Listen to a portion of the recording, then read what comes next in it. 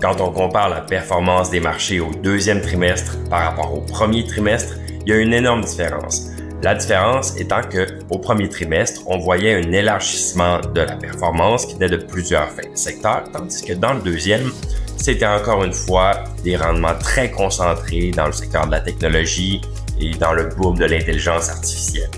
Les divergences, cette fois-ci, se sont accentuées à travers la performance des classes d'actifs, mais aussi à travers les gestes des banques centrales et les performances économiques des différents pays.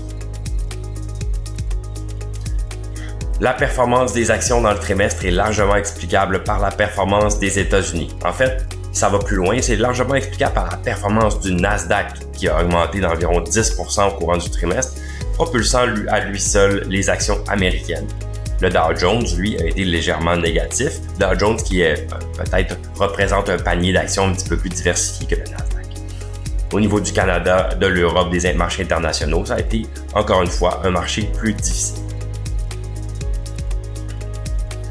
Au début du vidéo, on mentionnait qu'il y a eu une divergence au niveau des gestes des banques centrales. On l'a vu au Canada, où la Banque du Canada a commencé son cycle de réduction des taux.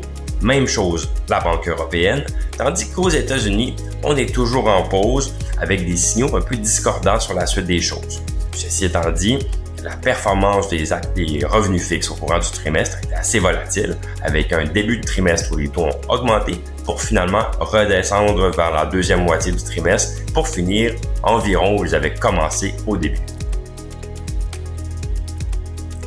Pour la deuxième moitié de 2024, la diversification sera de mise. Ça semble un peu cliché, mais cette fois, c'est plus vrai que jamais, étant donné que les différentes classes d'actifs pourraient performer pour différentes raisons.